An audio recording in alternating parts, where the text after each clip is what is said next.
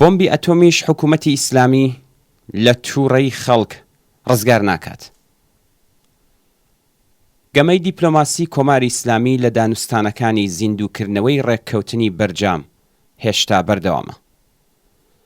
لە کاتێکدا هیچ کام لەلایەنەکان دوای چەند مانگێک لە دانوستان لە ڤیەن و دواتر گواستنەوەی بۆ قەتەر هیچ نیشانەیەکی پێشکەوتنیان لە هیچ حاڵەتێکی دیاریکراودا نیشان نەداوە، لە هەمان کاتدا بەردەوام دووبارەی دەکەنەوە کە لە ڕێککەوتن نزیکن و گەیشتن پێی با ممکن دەزانن.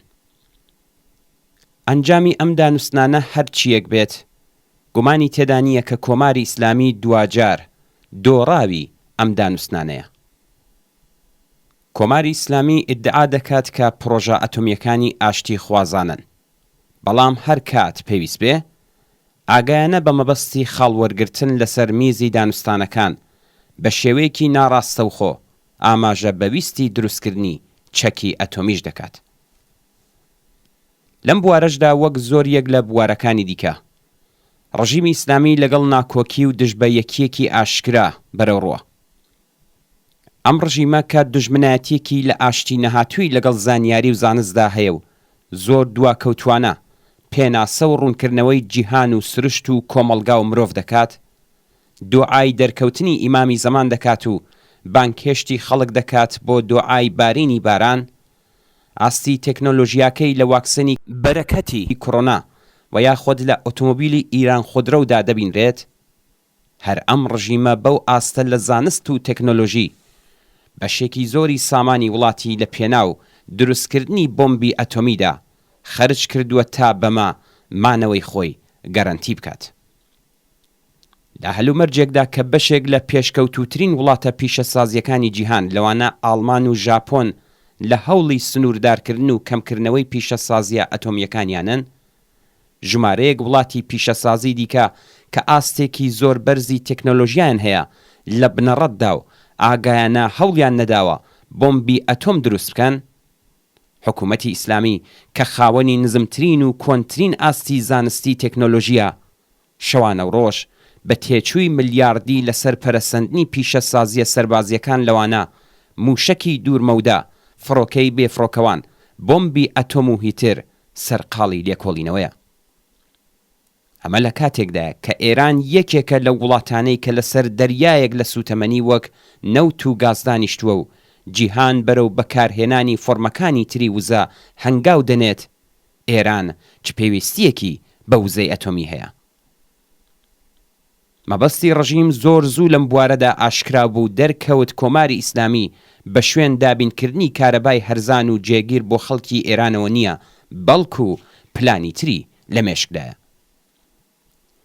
دەسەڵاتداران و وتەبێژانی ڕژیم بۆ چەندەیە لە ژێر ناوی بەدەستهێنانی وزەی ئەتۆمی کارکردن لەسەر پرۆژە ئەتۆمیەکەی لە چاوی خەڵکی جیهان و دامەزراوە نێودەوڵەتیەکان شاردەوە و دوای ئەوەی ئاشکرا بوو باسییان لە ئاشتیانەبوونی وزەی ئەتۆمی کرد.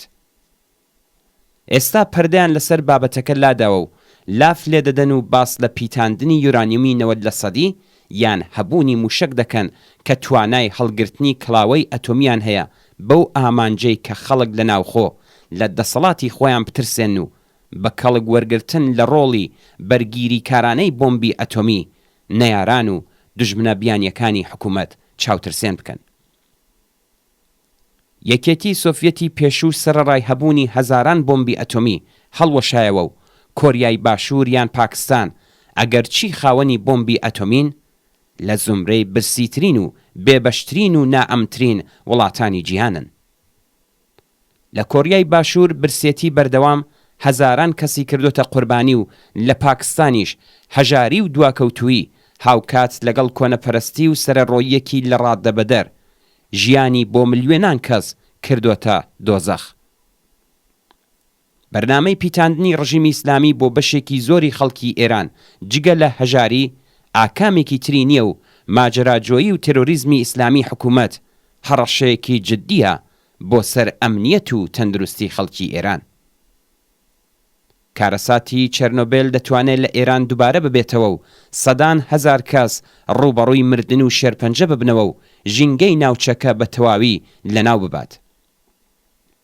نابەرپرسیارەتی حکوومەت بەرامبەر بە ژیان و تەندروستی خەڵک، ئاستی نزم و کۆن و بەسەرچووی تەکنەلۆژیای ئێران، گەماڕۆکان بەهۆی تیرۆر و ماجەراجووی ڕژیم، کۆچی زۆریەک لە نوخپەی زانستی لە ئێران، ئاستی نزمی کوالێتی دانشگاکان و سیستمی پەروەردە، هەمویان مەترسیەکی گەورەن بۆ ڕوودانی کارەساتی مرۆیی و ژینگەیی پەیوەست بە پەرەسەندنی پرۆژەی ئەتۆمی ئێران، تەنانەت لە شکلی بەناو ئاشتی خوازانەکەیدا. چیرۆکی چێرنۆبیل دەبێت زەنگێکی جددی بێت بۆ خەڵکی ئێران. بۆ پێشگرتن لە دووبارەبوونەوەی چێرنۆبیل لە ئێران و بۆ بەرەو ڕووبوونەوە لەگەڵ هەژارکردنی ملیۆنان کەس لە سایەی پیتاندنی یۆرانیۆم لە ڕژیمی ئیسلامیدا، هیچ ڕێگە چارەیەکی تر نییە جگە لە خەباتی زیاتر و بەرفراوانتر لە دژی نظامی ئیسلامی گەندەڵ و دیکتاتۆر و هەروەها ڕووخاندنی ئەم حکوومەتە کۆنەپەرست و شەرخوازە.